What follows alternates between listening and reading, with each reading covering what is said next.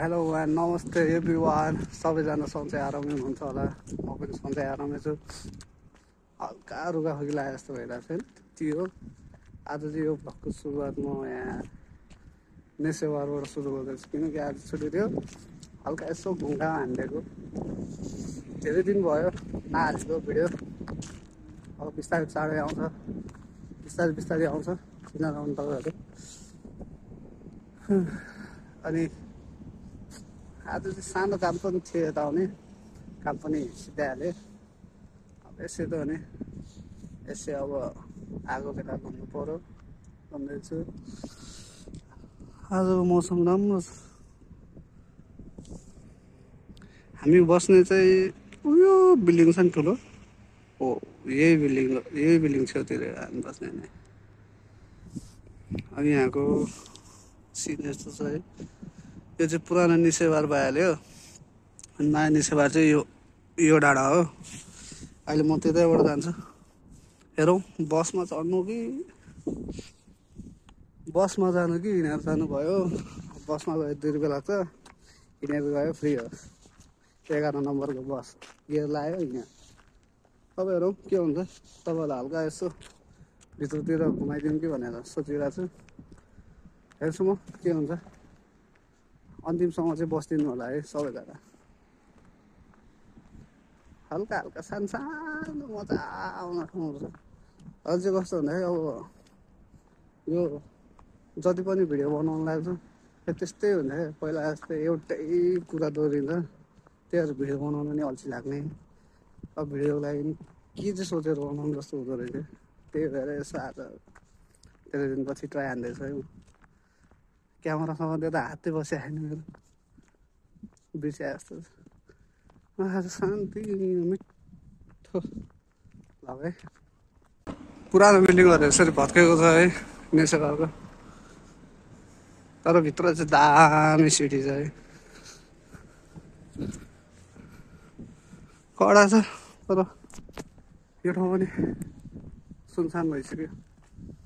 अब यो मार्च अप्रिलबाट सुरु हुन्छ, मान्छेहरू टन्नाटन आउँछ। त्यसपछि अहिले सुनसान छ, खालि नभए यहाँ मान्छेहरूले घुम्न आउने। यस्तो चाहिँ बिल्डिङहरू पुरानो स्ट्रक्चरको साह्रै यति हिँड्दाखेरि कस्तो सास बढाए जस्तो, सास फुल्ले जस्तो भइरहेको छ। धेरै भन्दा नहिँडेको। अब कामबाट रुमबाट काम तल माथि हो, त्यही भएर अप्ठ्यारो हुने क्या। अहिले सुनसान भइसक्यो। अनि के भन्छ, नयाँ बुल्गारी आउने नयाँहरूलाई वेलकम छ। आउनुहोस्, कमाउँछ, मजाले कमाउनेले कमाइरहेछ, बस्नुहोस्। यहाँ आएर भाग्ने काम नगर्नुहोस्, त्यति। अन्त मेन कुरो चाहिँ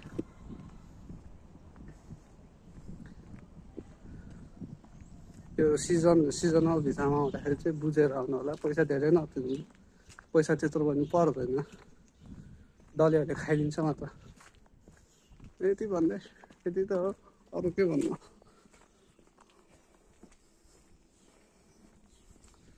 यति भन्यो म तपाईँहरूलाई पुरा निसेवार घुमाइदिन्छु है त।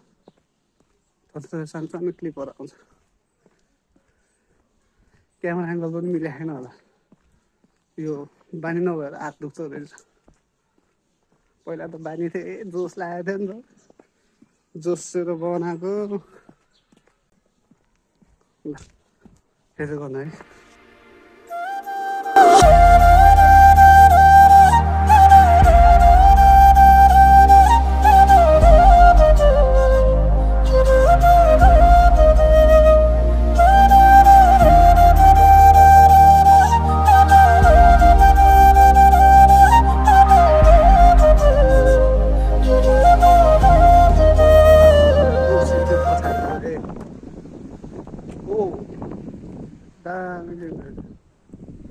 यो सिन चाहिँ कडा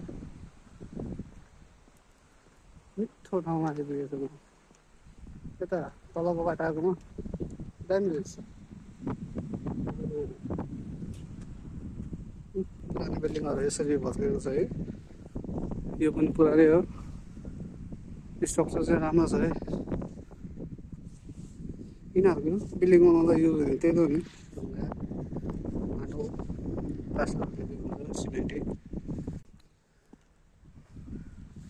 अब म तपाईँलाई हाम्रो उता पछाडिको गल्ली साइड हाल्छु। यो चाहिँ म तलको गल्ली साइड हाल्छु। This is the perfect place घुम्न आए। सबभन्दा राम्रो चाहिँ अब केटाहरू सबजना मिलेर घुम्न आउनु चाहिँ धेरै राम्रो ठाउँ छ, धेरै राम्रो ठाउँ छ। हेर्नुहोस् बिस्तारै बिस्तारै गल्ली गल्ली घुम्दै घुम्दै तपाईँहरूलाई देखाउनु राम्रो छ ठाउँहरू बसेको।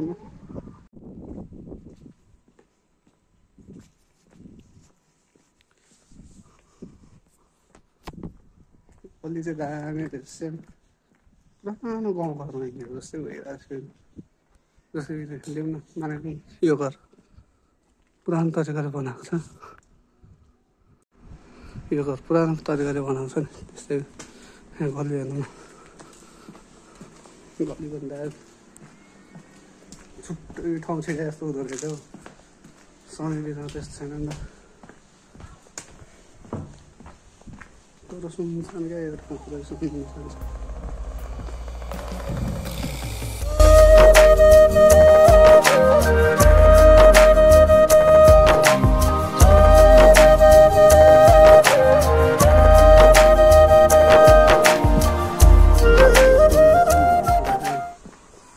मैले मेरो पुरानो भ्लगहरूमा दोहोऱ्याएको मात्र छ क्या, त्यो एउटै कुरा मात्र हुन्छ, दोहोरिरहेको हुन्छ नि त भ्लगमा। त्यो भ्लग नै हुँदैन, एउटै कुरा कति गरेर हालेले भन्ने हुन्छ। त्यही भएर आज यसो नयाँ केही गरिदिउँ भनेर आएको है म चाहिँ यहाँ। बिस्तारै हुन्छ। ओ महाकाल ठाउँ त दामी रहेछ। यहाँ चाहिँ कन्सर्ट थियो क्या, यहाँ सानो स्टेज बनाएर रहेछ। पुरानो घरको स्टाइल चाहिँ यो साइडमा चाहिँ रहेछ, पुरानो घरको स्टाइल हेर्नु चाहिँ। ओ भाइ यो चाहिँ पुरै पुरानो घरको मात्र रहेछ। ल हेर्नु सिन यस्तो दामी देखाएको छ, क्यामेरामा त्यस्तो देखिँदैन क्या, आँखाले हेरेको जस्तो हुँदैन, तर राम्रो छ क्या ठाउँ चाहिँ धेरै राम्रो छ।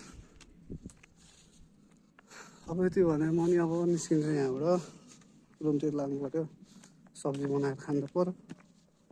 अहिले फेरि 5 बजिसक्यो, ढिलो हुन्छ। अनि आजभोलि टाइम बढेको छ है, पहिला 6 बजेतिर अँध्यारो हुँदै आउँथ्यो, 5:30 6 बजीतिर अँध्यारो हुन्थ्यो। अहिले चाहिँ 6 बजीसम्म उज्यालै हुन्छ है। अपडेट यो चाहिँ नयाँ। हस् ल, अब भिडियोको अन्तिम आइपुगेको छौँ हामी पनि है। अब त्यही माथि ब्याट्रीमा ब्याट्री फुक्कै जिन्दगी मेरो, फोनमा चार्ज पनि छैन। अब यताबाट म फर्किनु लाग्यो, खै त बसै छैन। आज हिँड्दै जानुपर्छ जस्तो यसो पारा हेर्दा। भनेको त्यहाँ नयाँ निसेबार पुग्यो भने त्यहाँ बस पाइन्छ, नयाँ निसेबार पुगौँ, त्यहाँ बस कुरौँ। ढिलो पनि भइसक्यो, अब तरकारी पकाउनु पऱ्यो। अहिले फेरि मार्छ, ढिलो भयो भने फेरि किचनमा अहिले पकाउने टाइमै मिल्दैन है, उनीहरूको पकाएर हुन्छ नि, हाम्रो पकाउनु खोज्दा टाइम नै हुँदैन। अब बिजी आउनु नि त किचनको पनि, त्यही भएर अहिलेलाई बिदा पाऊँ होला। सबैजनालाई धन्यवाद छ है, यति अन्तिमसम्म बसिदिनु भयो भने धन्यवाद।